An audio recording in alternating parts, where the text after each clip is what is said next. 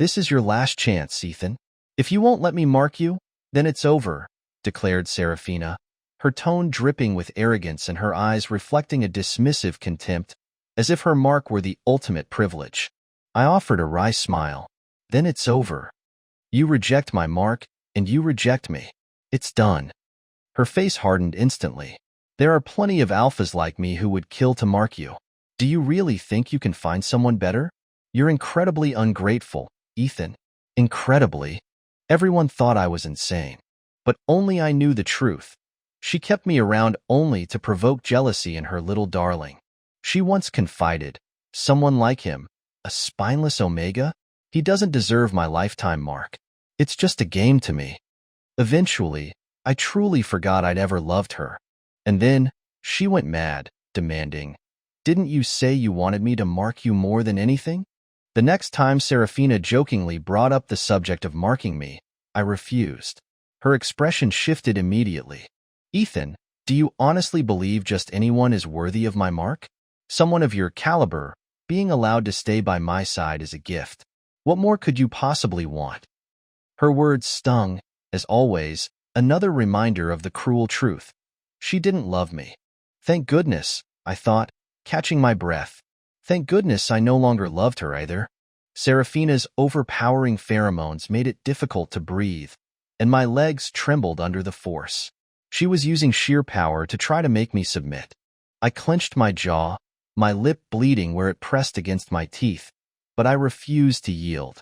Seraphina, seeing my resistance, grew even angrier. She stalked closer, looking down at me with cold disdain. I'm giving you one last opportunity. If you don't let me mark you, then it ends here. Are you certain you want to refuse my mark? Yes. I don't want it, I replied, my voice a quiet whisper. You don't want my mark, or me? As expected, my words struck a nerve in the proud Seraphina. She immediately withdrew her pheromones. Ethan, the moment you step out of here, you'll have no protection. Any alpha can force themselves on you. You're just a piece of meat, ready to be devoured. If you beg me, maybe I'll consider giving you a little dignity. She looked at me with such patronizing pity that it was almost laughable.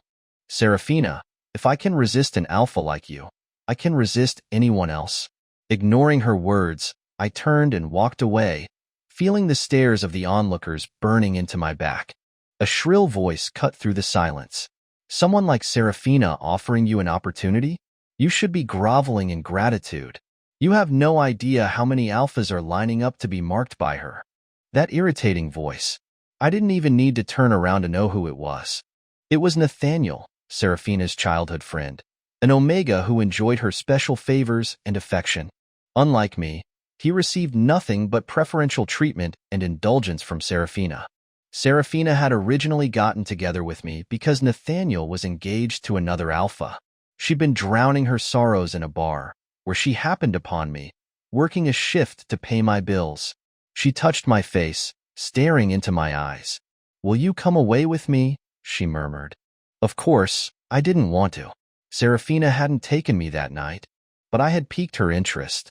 She began showing up at my bar, making grand gestures and spending outrageous amounts of money. The entire bar knew she was doing it for me.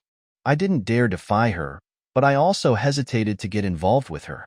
How could someone as wealthy as she was ever be interested in a person like me? Seraphina wasn't discouraged by my rejections. In fact, it seemed to fuel her obsession. She would travel ahead to a nearby beach and set up a display of fireworks, and then at midnight, she would drive me to the water to watch them alone. She danced just for me. She was so beautiful, so tempting. No one could possibly resist someone so attentive, someone who seemed to be giving you everything. She would hear me mention how much I liked the steamed buns from that little shop on the other side of town, and she would put on her high heels and stand in line in the middle of the night to bring them back to me. But the night was bitter and cold. When she made it back to me, weary and windblown, the buns were cold. She seemed flustered by this small failure. But then, flinging her hair over her shoulder, she promised, "It's okay. Tomorrow, I'll make sure you have them fresh." I didn't believe her. The drive across town and back would take 3 hours. There was no way. But I underestimated her determination. The next morning, she arrived at my door, but not with buns. She had an enormous bag of flour, some seasoned pork filling, and a determined glint in her eyes. "Buying them is pointless," she declared proudly. "But I got the owner to teach me how to make them." I stayed up all night learning. I stared at the dark circles under her eyes, and something inside me collapsed. I had never imagined that someone would go to such lengths for me, all because I had casually said I liked something. That day, I wrapped my arms around her, close. "Thank you," I whispered. "Thank you for caring so much." It was probably my most treasured memory, but I would soon find out it was all a game to Seraphina. Later, when we were together, I found a chat group for alphas. The messages there made me feel like a fool. Ethan looked so cold and unyielding, but I melted him with such ease. I even drew shadows under my eyes to make him think I'd stayed up all night, learning how to steam buns. He grabbed me, eyes all misty, saying thank you. He really thought it was some romantic movie. The look on his face. It was so heartbreaking. It was just a play. It was all a performance, and I was the naive audience. My tarnished reputation spread quickly, and Seraphina had achieved her goal. The reason she'd done all this was to persuade Nathaniel to break off his engagement.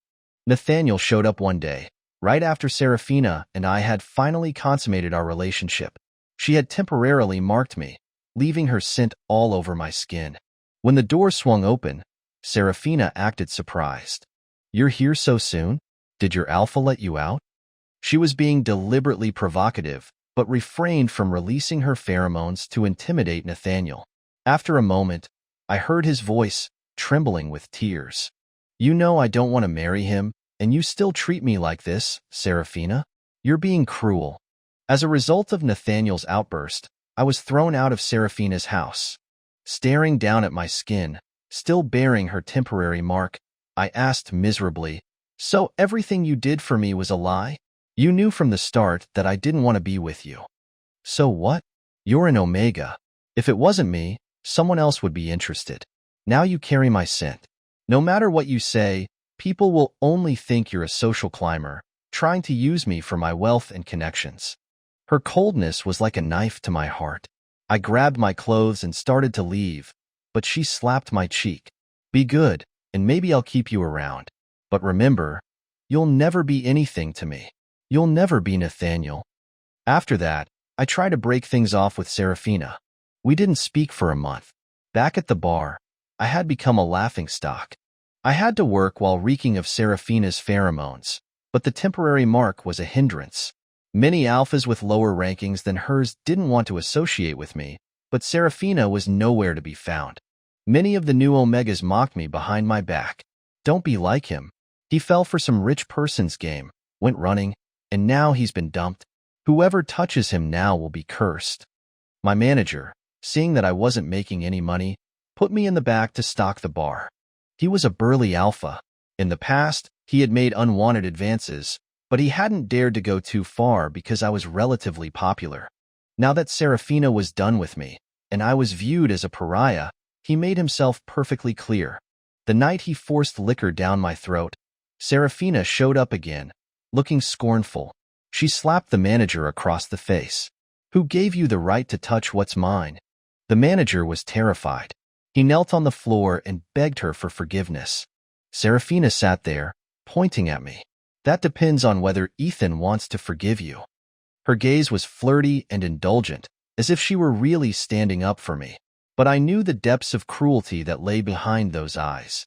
Thinking of the person Seraphina truly loved, my heart ached. Had they broken up again? Everyone was waiting for my reaction. I snapped back to reality. I don't want him to show his face in this bar again. I was weak, but I didn't want to become tainted. I worked at the bar because I had a sick brother at home, an alpha. He had been in poor health since childhood. In contrast, I was academically gifted and physically healthy. Because of this, my mother had always resented me. She would say, "Why couldn't it have been you who was weak and ill?" My brother's illness had cost a great deal of money. My mother wanted me to work at the bar and threatened to stop me from going to college if I refused. In her mind, an Omega like me didn't need a good job or a life of her own. I just needed to find a good husband, to be sold for a good price. During the period when Seraphina was pursuing me, my mother was nicer to me. She made my favorite meal, braised pork ribs. She pushed me to please Seraphina. Seraphina was good to me then, even finding a well-known specialist for my brother. To my mother, Seraphina was a savior. After Seraphina and I fell out, my mother kicked me out of the house. That night, when I returned home still reeking of Seraphina's pheromones, she laughed. I knew that a beautiful Omega like you would catch Miss Seraphina's eye. If you marry her, your brother will be saved. I'll have done right by the family. The other relatives were looking at me approvingly. I felt suffocated. No one cared that I was disheveled and exhausted. They all thought that winning Seraphina's favor was a great achievement. I was supposed to submit to Seraphina. Why? I never asked to be an Omega. Were Omegas supposed to be inferior? Seeing their gleeful expressions, I felt a surge of anger and blurted out, Seraphina and I aren't together. She's rich and powerful. I was just a game to her. Her true love is back, and she's kicked me out.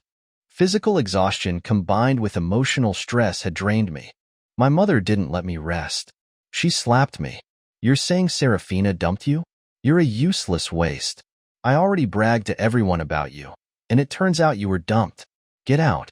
The family can't afford to keep a disgrace like you.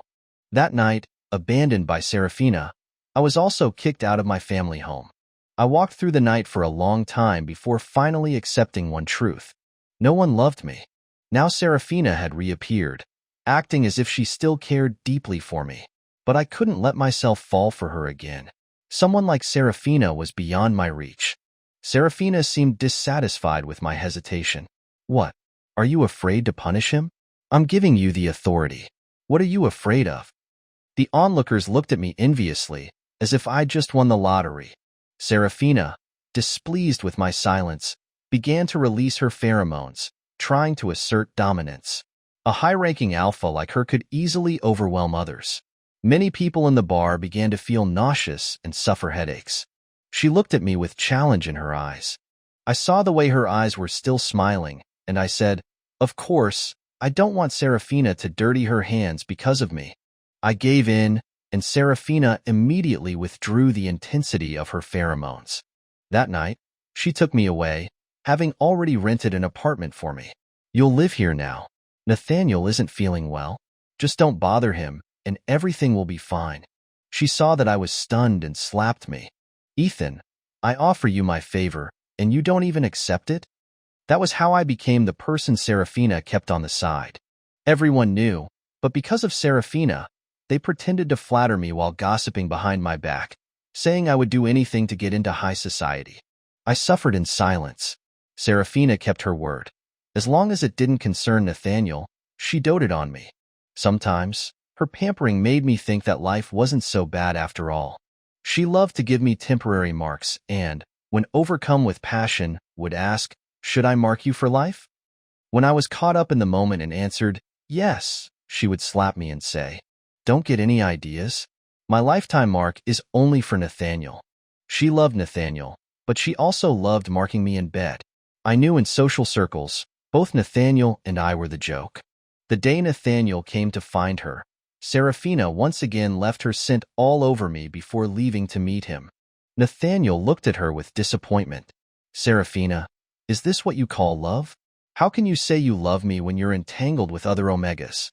Seraphina shrugged. You can't break off your engagement with your alpha. I've been waiting for you for too long, Nathaniel. If you think I can't live without you, you're mistaken. See him? Obedient and reliable. I snap my fingers, and he comes running. So many people want my lifetime mark. How long do you think I can keep waiting? Lying there on the bed, I felt exposed and humiliated. Nathaniel truly loved Seraphina. After her stinging words, he deflated. Seraphina, I love you so much. I'm already trying to break off my engagement. You have to have faith in us.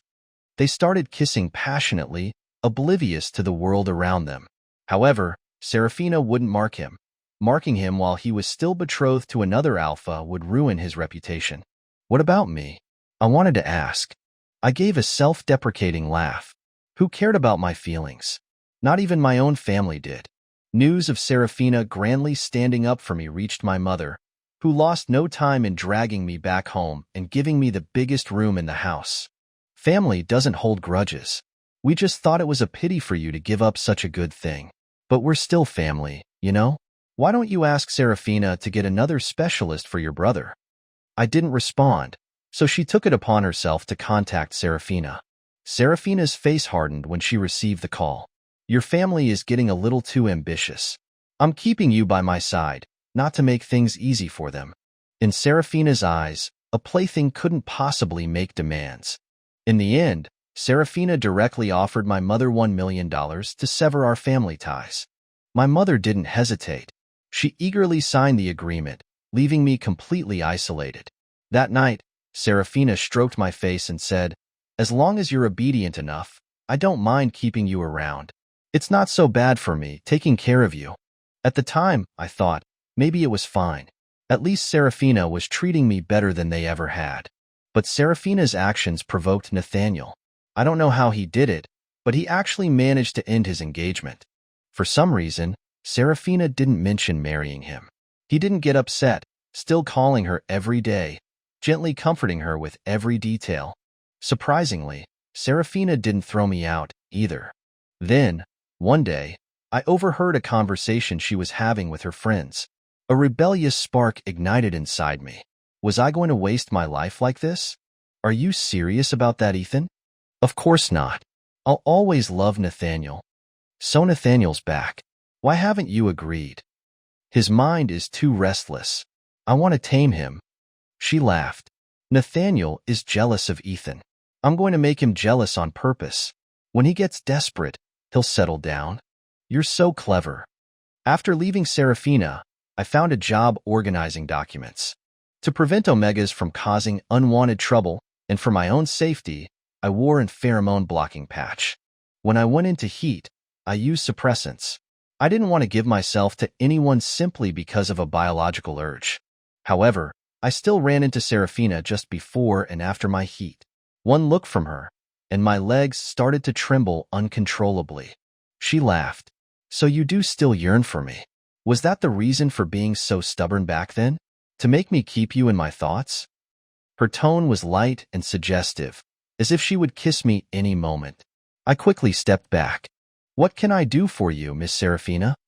Ethan, are we really going to be so formal? My rejection darkened her face. You've played your little game. It's time to come back. For me to humble myself and look for you. I'm already giving you an out. Don't be more stubborn than you need to be. She still thought I was playing hard to get. My face paled. Seraphina, you may be amazing, but I don't need you. When you first appeared like a beam of light, I truly loved you, but you never valued me. Then you forced me, refused to trust me. After doing all those things, why do you think I would be grateful and be with you? My words caught Seraphina off guard, and a flicker of guilt crossed her face. But someone like her would never examine herself. She seemed to find a new angle. Is Nathaniel why you're resisting me so much? He's my childhood sweetheart. I've wanted to marry him since I was little. But things changed. Don't worry, he won't be an obstacle between us. He recently went abroad. You don't need to worry about him either. Her carefree attitude angered me. Why? Isn't he your childhood sweetheart? Don't you love him? After he broke off his engagement for you, why don't you want him anymore? Is it because you're an alpha? Can you just arbitrarily decide the fate of omegas? My hysterical rant shocked her. She probably didn't expect me to react like this. After a while, she said, maybe we're just too familiar with each other. We're not right for each other. I asked, have you slept with him? She paused. Yes. I scoffed. Seraphina, you're disgusting. To both Nathaniel and me. Alphas are absolutely disgusting. She listened to my insults with a cold face, uncharacteristically not losing her temper. I couldn't be bothered to waste words with her. My suppressants were about to expire, and I needed to get another injection as soon as possible. If I wasn't timely, I would lose control. And the only alpha around was Seraphina. I was afraid that I would beg her to mark me like a dog. Seraphina noticed my fidgeting and suddenly grabbed me. Ethan, believe it or not, but I really don't want to lose you. That's why I came here today. Looking at her tender expression, I shook off her hand. I don't want to talk about you, Seraphina. You're so underhanded. You know it's close to my heat, but you came to talk about feelings with me. You're afraid that I won't be obedient and resist your pheromone. Dominance. So you want to take advantage of my heat? But Seraphina, since I'm going to end things with you, I've prepared. I can get through my heat without you. I pushed her away while she wasn't paying attention. I locked the door, found the suppressants, and quickly injected myself. After a while, the symptoms of my heat started to fade. That was close. If I was any later, I would have lost control. Seraphina was still banging on the door. Ethan, where else can you find a better alpha than me? Even if I mark you during your heat, it would still be your gain. What are you complaining about? I didn't answer. People like Seraphina couldn't be reasoned with.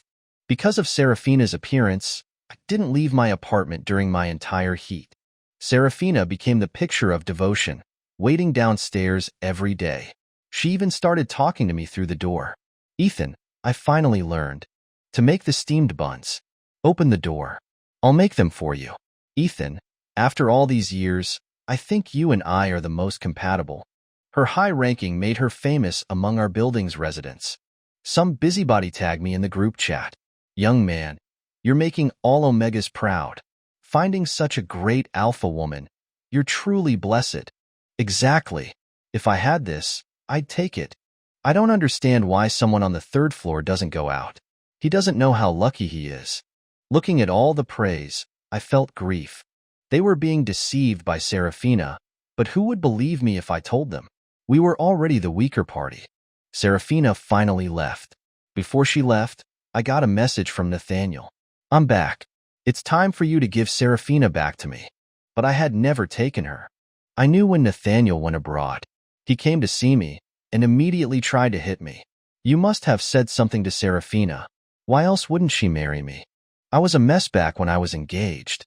If it wasn't for that, you wouldn't have been able to worm your way in. Someone of your origin shouldn't be in our circles. He was mocking and self-pitying. I callously said, why doesn't she marry you? Don't worry. She'll marry me eventually. She can only marry me. Nathaniel truly loved her and wanted to be with her, so I immediately sent all the photos, videos, and recordings I had of Seraphina to Nathaniel. Nathaniel asked, are you showing me that you've won? He didn't respond after that. When he came back home, I got a message from him. Seraphina picked him up as soon as he came home. The two of them were lovey-dovey again. I saw the photos Nathaniel sent. You were just the seasoning I needed to bring us together. Those terrible people. I deleted Nathaniel. I couldn't take revenge, but I wanted to get away from them. However, their news still found me. I don't know how, but Nathaniel and Seraphina got married. The ceremony was lavish. People said that they were a match made in heaven, but I could tell Seraphina wasn't happy. The two of them were exhausted from dealing with guests. That night, Seraphina ran downstairs to me. Ethan, now, as long as you agree to be with me, I'll mark you right away. Seraphina and I are only doing this as a business deal. The always aloof Seraphina was disheveled. I couldn't stand to look at her. She grabbed me and tried to mark me. When I struggled, she released strong pheromones. Ethan, after you left, I always felt you were the best for me. Just be obedient. If you're any later, it'll be too late. Nathaniel's already looking for me. I don't want us to miss each other because of his scheming. I started to feel dizzy. She was pleased. She held me and was about to bite when Nathaniel pulled her away. What's this? Our Seraphina can't get over an old flame? His tone was eerie. I then noticed that Nathaniel's pheromones were gone. He had his scent glands removed in order to marry Seraphina. I looked at him, feeling mixed emotions. He laughed. What? Do you feel sorry for me? Or do you look down on me? Seraphina was scared by him. Nathaniel, you know I love you the most. Ethan called me and told me to come. She was terribly afraid of Nathaniel. But Nathaniel didn't believe her. He chuckled. Do you know why I came so fast? It was because Ethan told me. Seraphina, I said it, you can only be with me. Seraphina looked at us in disbelief. You too. Are you enemies? Don't be so confident, Nathaniel said. He doesn't want you. You only tried to seize him, and I really wanted you. I wanted to see you kneel before me and beg for forgiveness. Nathaniel glanced at her, then at me. Good show. I'll let you go. Nathaniel had gone mad. He didn't marry Seraphina for love, but for revenge. When he had to endure me for Seraphina, only I was suffering. Seraphina didn't love me or him. She thought she was superior and could control us, but we all fought back. I wanted to escape, and Nathaniel wanted revenge. When he called off his engagement, he had already been criticized. Seraphina went back and forth between me and him. She even wanted to reconcile with me.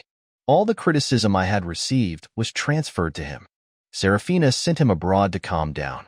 Nathaniel became twisted in that time. He couldn't stand the way Seraphina had treated him. He also couldn't bear to be her pet. So he had his scent glands removed.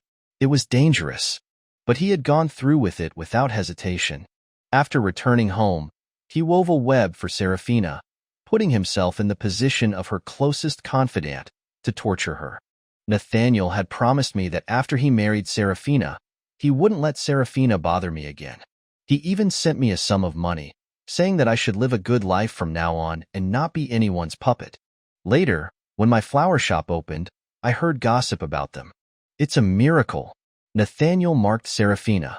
She always has a strong scent of Nathaniel on her. It's sad. I thought, he really is crazy. The last time I saw Seraphina, it was a rainy night. She was outside the flower shop, her eyes red. She was no longer aloof. She saw me and started crying. Ethan, if I had just stayed with you, would things be better? She didn't finish, but I understood. Seraphina, we would never have had a good ending. Why? Love is mutual understanding, not taking by force. You didn't respect me, and you didn't respect Nathaniel. The results today are your own fault. But I've been punished. Isn't that enough? She suddenly broke down. She tried to get closer, but Nathaniel grabbed her. Seraphina, you're not being good. You promised you wouldn't see Ethan. I don't want to be with you. Nathaniel, you're a crazy, crazy person. Seraphina pushed him away and ran into the road. I wanted to warn her, but it was too late. A speeding car hit her. She died on the way to the hospital. Before she died, Nathaniel said, she wanted to see you. I saw that bright woman fade away. She asked, next time, let's do things right. Seraphina, if there's a next life, let's not meet again, I said, not wanting to give her hope. She frantically wanted to know why, but her hand fell before she could ask. Why? If I knew meeting would cause so much suffering, I would never want to meet. We held a grand funeral for Seraphina. Nathaniel cried.